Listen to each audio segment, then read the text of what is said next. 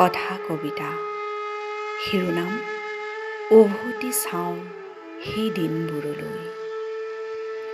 আজি উভতি গৈছোঁ সেই দিনবোৰলৈ, য'ত পাৰ কৰিছিলোঁ জীৱনৰ বহু ভাল লগা মুহূৰ্ত।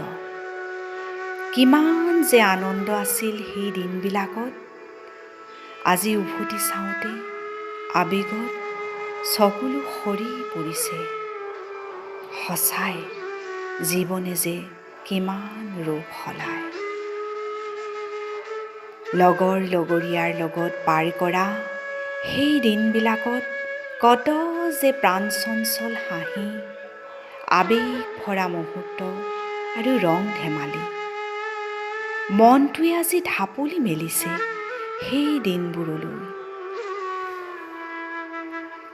শ্ৰেণীকক্ষৰ সেই গহীন পৰিৱেশ, শ্ৰদ্ধাৰ শিক্ষক শিক্ষয়িত্ৰীসকলৰ সুপৰামৰ্শ তথা ভয় ভক্তি আৰু গুৰু শিষ্যৰ সেই সুন্দৰ এনাজৰীডালে আকৌ এবাৰ মোক ৰিঙিয়াই মাতিছে মৰাণ মহাবিদ্যালয়লৈ।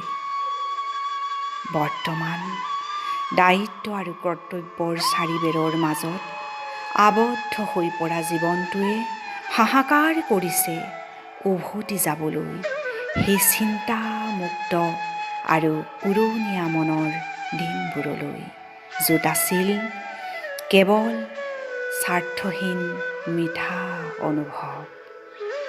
আজি উভতি চাওঁতে দেখিছোঁ, যদিও তেতিয়া দৌৰা-দৌৰি কৰিছিলোঁ, তাতো আছিল এক মাদকতা। মুখ উফন্দা-উফন্দিকৈ ৰৈছিলোঁ কেতিয়াবা, তাতো আছিল এক আন্তৰিকতা।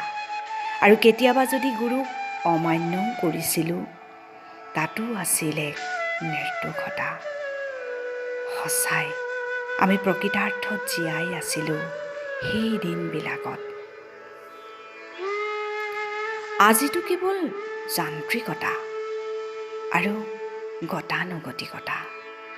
দৌৰিছোঁ মাথো স্বাৰ্থপৰ আৰু উপায়ন্তৰ হৈ। সঁচাই জীৱনে বহুত ৰং সলায়। এই জীৱনৰ বিভিন্ন ৰঙত ৰঙীন হৈ গৈ আছোঁ, মাথো গৈ আছোঁ। চাওঁ জীৱনে আৰু কি শিকায়। ধন্যবাদ।